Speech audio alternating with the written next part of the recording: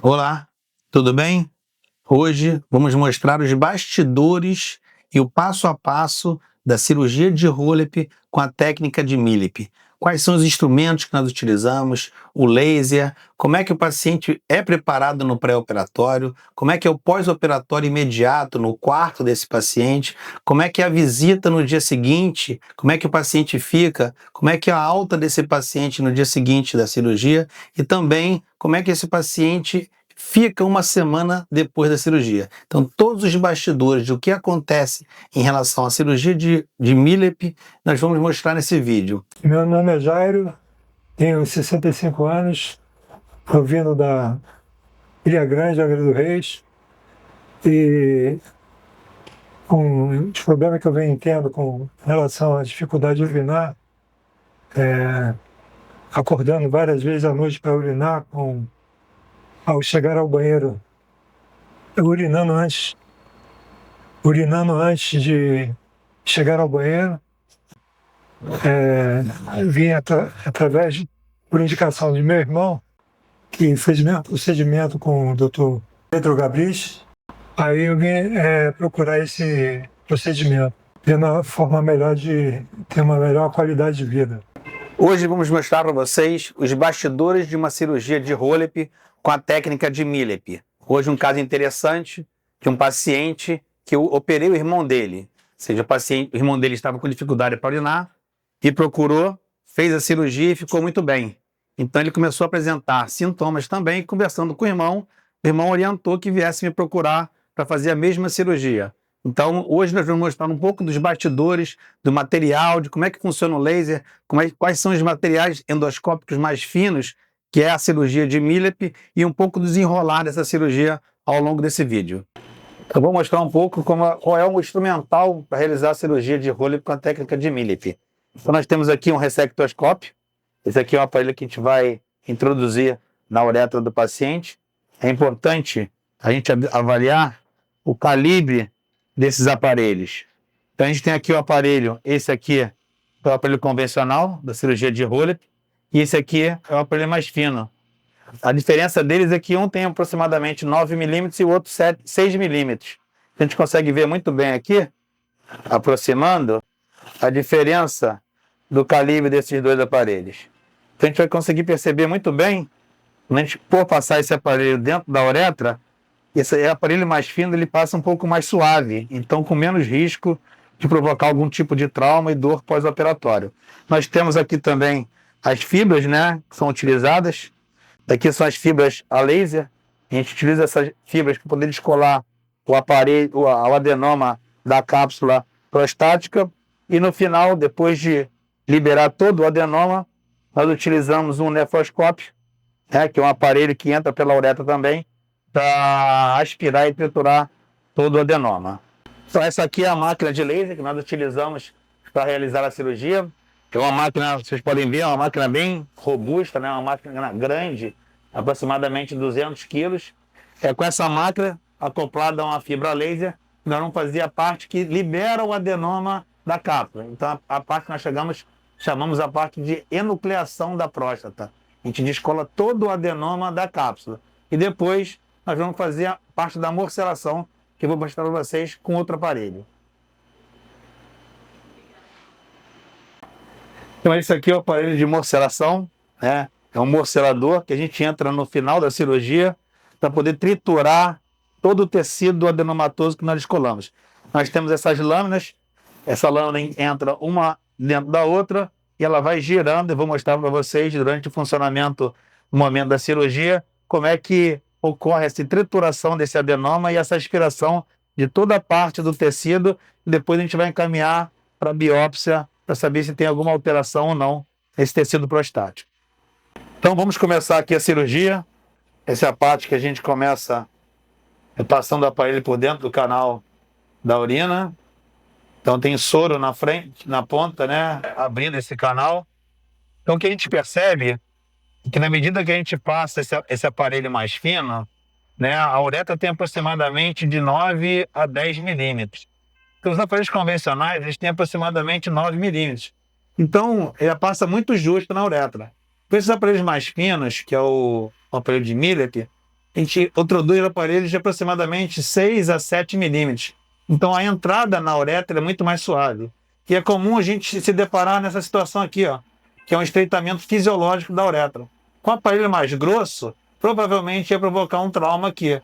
Então no aparelho mais fino, a gente consegue ver que ele entra suavemente dentro da uretra. Então, com pouco trauma na uretra. Isso é um benefício muito grande, principalmente no pós-operatório, para evitar que o paciente tenha dor e principalmente uma complicação temida que é a estenose de uretra.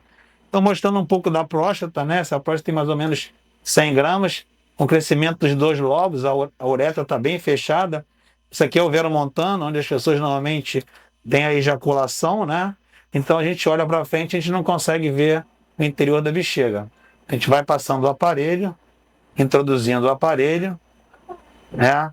Esse aqui é o buraquinho que o paciente estava urinando, ou seja, um buraquinho muito pequeno quando comparado toda a luz da uretra. Então vamos entrar dentro da bexiga e o que nós nos deparamos é isso aqui, ó, essas traves na bexiga, que são traves de hipertrofia da musculatura, né? Então, quando eu costumo falar nos meus vídeos que o paciente tem que operar antes que a bexiga fique mais trabeculada ou mais doente, exatamente por isso. Para evitar que tenha essa hipertrofia na bexiga, que o paciente eventualmente possa ter alguma dificuldade na melhora dos sintomas pós-operatórios. Então, uma bexiga trabeculada, a gente olha os ossos de cada lado e vamos começar a fazer a cirurgia. Então, nós vamos começar a cirurgia propriamente dita.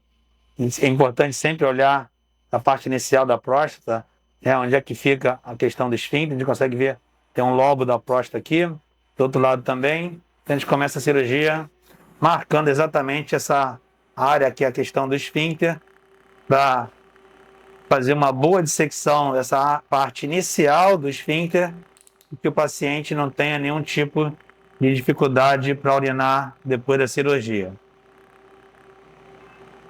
Então é importante a gente liberar aqui toda a circunferência da próstata, todo o adenoma. A gente vê que o laser tem uma atuação muito boa, né? Então ele já consegue fazer o descolamento e já consegue fazer toda a hemostasia. Por isso que a cirurgia de Holep é uma cirurgia que tem um sangramento menor do que comparado às outras técnicas cirúrgicas, tanto a RTU como a cirurgia aberta, eventualmente até a cirurgia robótica, que o próprio laser já vai fazendo essa dissecção e essa cauterização dos tecidos e diminuindo bastante o risco de sangramento intraoperatório e também pós-operatório. Então a gente vai fazendo essa parte inicial aqui, descolando todo o tecido, achando inicialmente o plano da cápsula, que é o momento que a gente vai encontrar e iniciar toda a nossa cirurgia. Você vê que o laser ele tem uma capacidade muito boa de descolamento do tecido.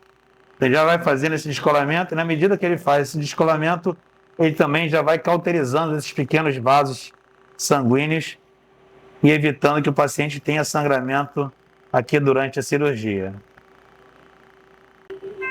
Aqui é a parte de descolamento do laser, né? Já comecei a parte inicial, já achei o plano da cápsula e eu vou utilizando o laser para descolar todo o tecido. Aqui embaixo é o plano da cápsula, aqui em cima, onde está a minha fibra, é o plano do adenoma e a gente vai utilizando o laser para descolar. Vamos passando aqui o laser, na medida que o laser passa no tecido, a gente vai fazendo esse descolamento do adenoma. Essa é uma parte inicial que a gente faz o plano posterior da próstata. Importante fazer esse plano posterior bem feito para a cirurgia andar mais rápido. E logo em seguida a gente vai fazer a parte da liberação completa do esfíncter, que é uma parte importante da cirurgia, que é o que preserva a continência do paciente pós-operatória. Então aqui a parte posterior toda dissecada, o adenoma para cima, a cápsula embaixo. E a gente vai fazer da liberação da parte anterior do esfíncter do paciente, que é uma parte importante para preservar a parte da continência urinária do paciente. Então essa aqui é uma parte que nós já liberamos toda a próstata circunferencialmente, a cápsula, o adenoma embaixo. Já liberamos todo o esfíncter, eu vou mostrar como é que ficou a parte da liberação do esfíncter, a parte importante para a preservação da continência urinária do paciente. A gente vê aqui, ó, a mucosa do esfíncter totalmente preservada, ficou muito bom. Então, assim que deve ficar, o paciente evitar que tenha algum quadro de incontinência urinária no pós-operatório. Com essa técnica de liberação apical e preservação do tecido, que eu estou chamando de periapical preservation, os pacientes, praticamente 100% dos pacientes, conseguem ficar totalmente continentes rapidamente, sem precisar usar nenhuma fralda. A gente vai agora para uma parte que é abrir a bexiga do paciente. Então a gente vai incisar aqui, o adenoma está aqui embaixo, a cápsula está em cima, a gente vai incisar e achar a parte da bexiga do paciente, que é o momento que a gente vai deslocar o adenoma para dentro da bexiga, e depois nós vamos fazer a parte chamada morcelação, que é o triturar esse tecido. Então aqui nós estamos vendo a bexiga, ó, do paciente, e vamos liberar todo o tecido aqui com laser da cápsula prostática. Essa é uma parte importante de ser feita com muito cuidado, muito detalhe, porque aqui podem ter vasos um pouco maiores e essa parte pode sangrar. Então é importante fazer com muito cuidado para que não tenha lesão de nenhum vaso. Agora o momento final da enucleação, aqui é o Vero montando novamente, ó, a cápsula da próstata, a cápsula aqui mais lateral, o adenoma aqui mais no meio, totalmente solto, circunferencialmente, consegue entrar dentro da bexiga. Aqui no final da enucleação, o adenoma quase todo liberado, então o Vero, a cápsula prostática, o adenoma, que é o caroço da próstata, totalmente liberado, aqui no fundo da bexiga, e a gente vai deslocar agora a próstata para dentro da bexiga. Daí ela vamos jogando ela para dentro da bexiga. Depois que ela entrar totalmente dentro da bexiga, a gente vai fazer a parte da morcelação. Aqui é a parte da morcelação, né? A gente entra com o aparelho e ele vai triturando o tecido prostático todo e ele vai para um recipiente. Depois a gente vai enviar esse tecido todo para biópsia, para ver o resultado dessa biópsia, desse tecido que foi removido. À medida que ele vai morcelando o adenoma prostático, né, esses fragmentos vão sendo aspirados e eles são coletados nesse pote maior e também os fragmentos menores num potinho menor que a gente vai depois retirar e encaminhar para a patologia. Então, ó, após a finalização da morcelação, não tem mais adenoma no interior da bexiga, a gente faz uma hemostasia final, uma revisão da hemostasia. Temos a loja toda liberada, ó, a bexiga lá no fundo. E agora é o momento que a gente vai passar a sonda e encaminhar o paciente do pós-operatório para o quarto dele. Programação desse paciente, ele vai ficar com uma enfermeira no quarto que trabalha na minha equipe. Então, amanhã de manhã ela vai retirar a sonda do paciente, o paciente vai urinar e por volta de umas 9, 10 horas eu passo para dar alta para ele. Isso aqui é o aspecto final, tá vendo? Ó, a irrigação fica muito clarinha, o soro fica praticamente sem sangramento nenhum. A programação esse paciente vai para o quarto agora, tem uma enfermeira da minha equipe que fica tomando conta dessa irrigação do soro que fica lavando a bexiga, ajudando o paciente a se alimentar no pós-operatório. E amanhã de manhã ela mesma vai remover a sonda do paciente, o paciente vai beber água e vai urinar espontaneamente. Eu, por volta de umas 9, 10 horas da manhã, eu passo aqui, o paciente vai urinando bem, sem nenhuma queixa, ele vai para casa já sem a sonda, passar o pós-operatório já em casa.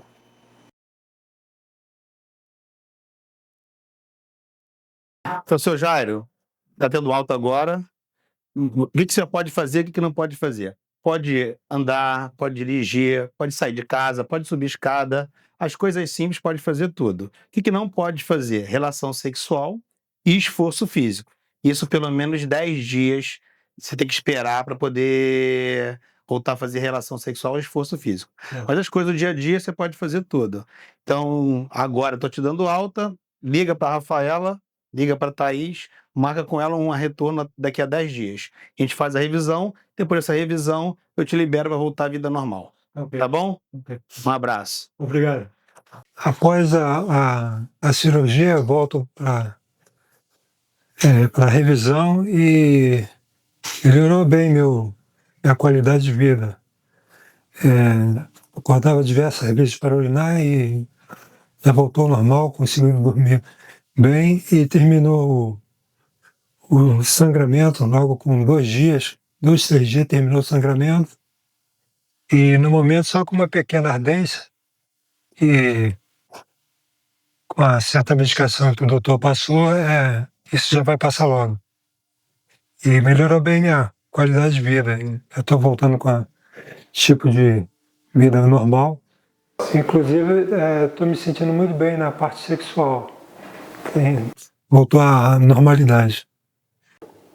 E aí, gostou desse vídeo? Se você gostou desse vídeo, compartilhe ele com pessoas que você saiba que tem necessidade de operar a próstata. Deixe o seu like, deixe o seu comentário, se inscreva no canal. Eu mesmo responderei todos os comentários que vocês fizerem a respeito desse vídeo. Um abraço e até o próximo vídeo.